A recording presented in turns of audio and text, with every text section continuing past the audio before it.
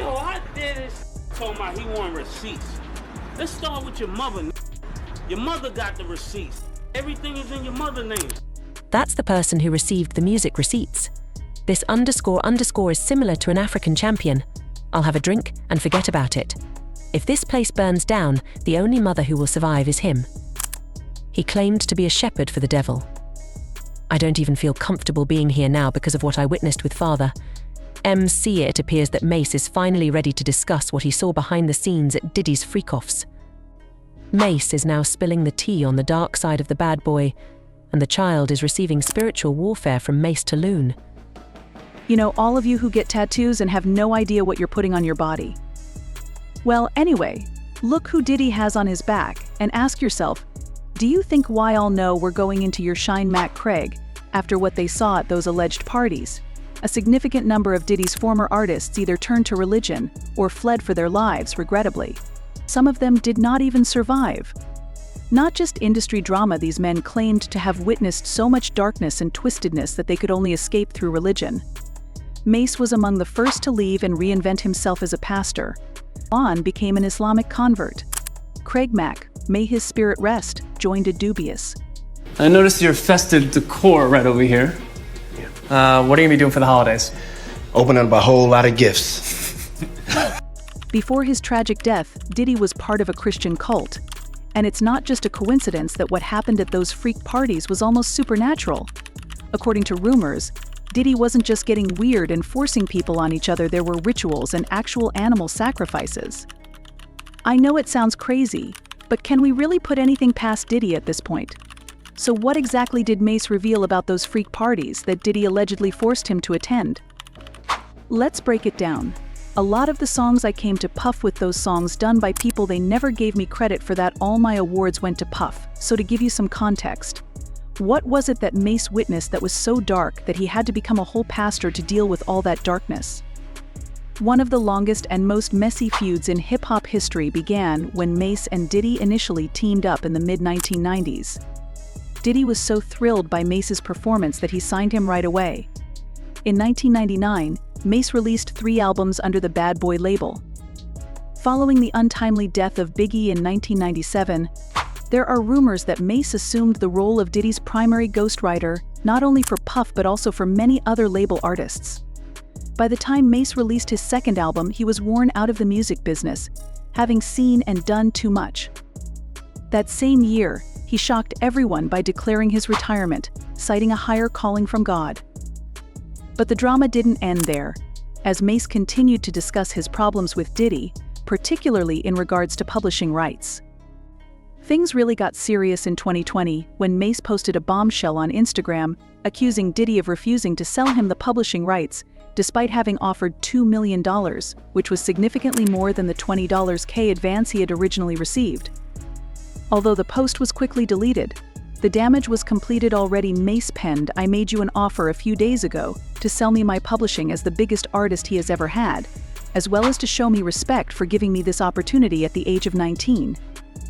You said that the only way I could get it back would be if I could match the European guy off of him, or else I could wait until I was 50 years old, and it would come back to me. When I was 19, I bought it for about $20,000, and I gave you $2 million in cash. This is not black excellence at all now that I have."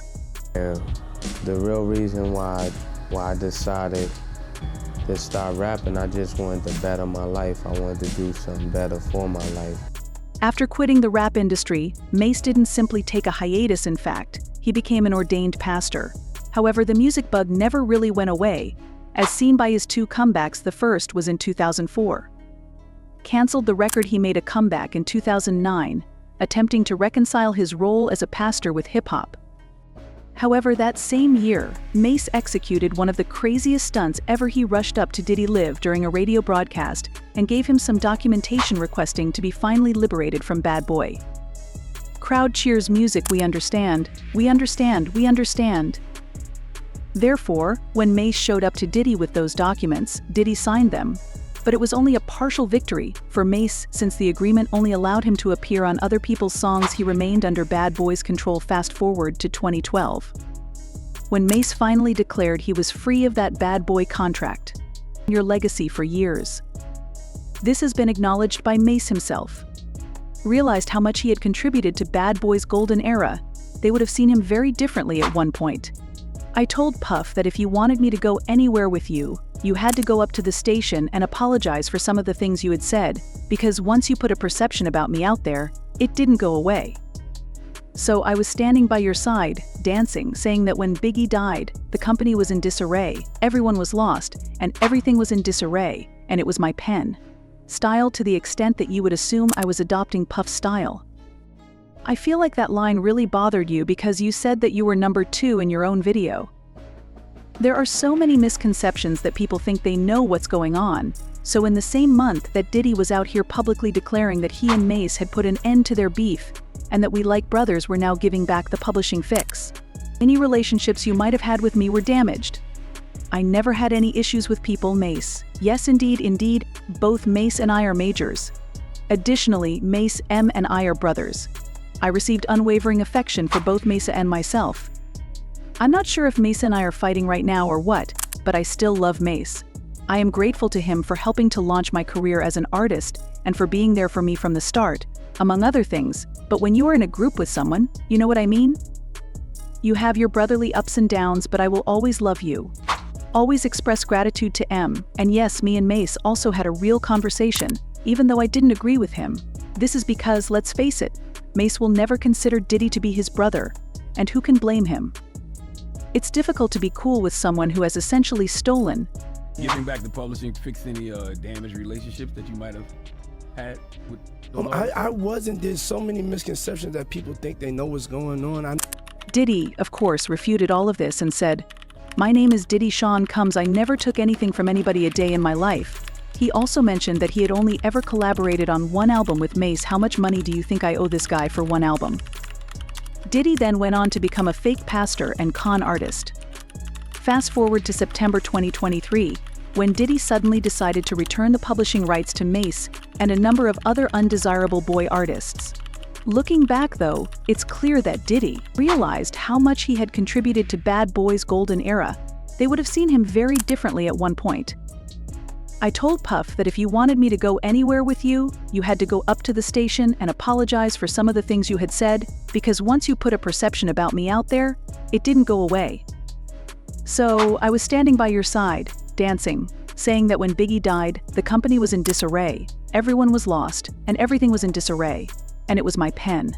Style to the extent that you would assume I was adopting Puff's style. I feel like that line really bothered you, because you said that you were number 2 in your own video.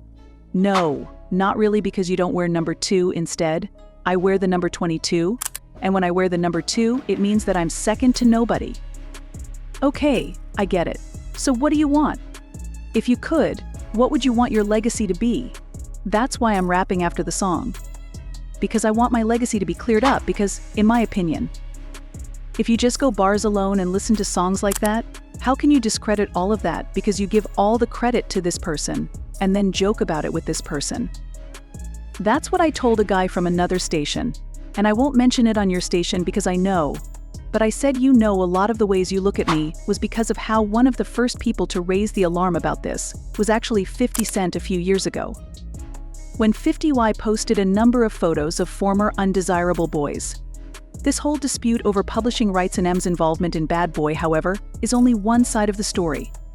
We also need to discuss the long-running rumors that Diddy tried to force all of his artists into freak-offs. These artists claimed that what they saw at Diddy's parties was so bizarre and twisted that it forced them to flee for their lives and find solace in religion. One of the first people to raise the alarm about this was actually 50 Cent a few years ago, when 50Y posted a number of photos of former Bad Boys.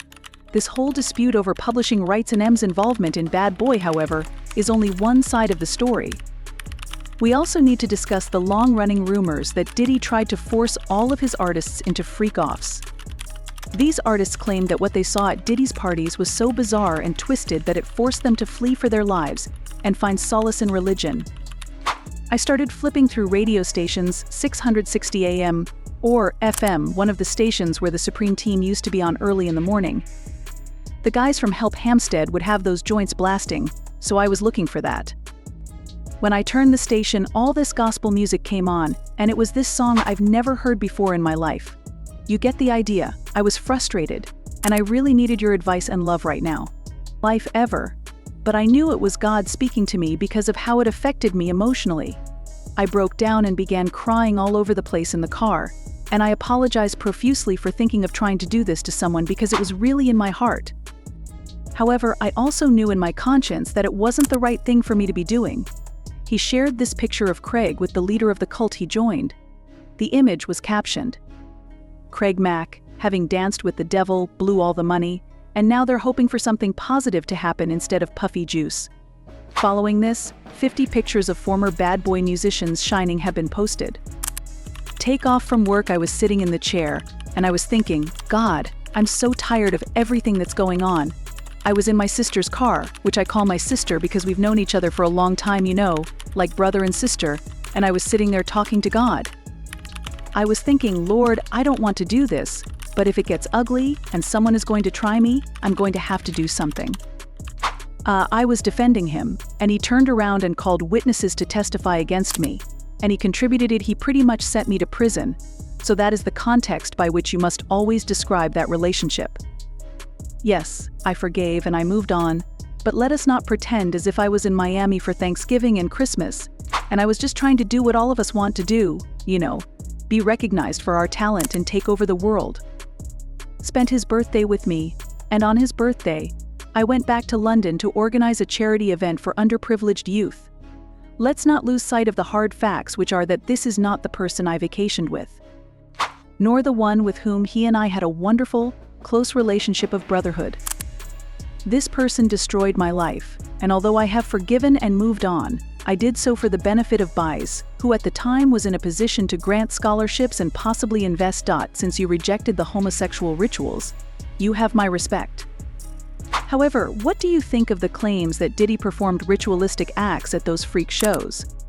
Additionally, why do you believe Mase and the other evil boy musicians converted to Christianity and God after working with Diddy?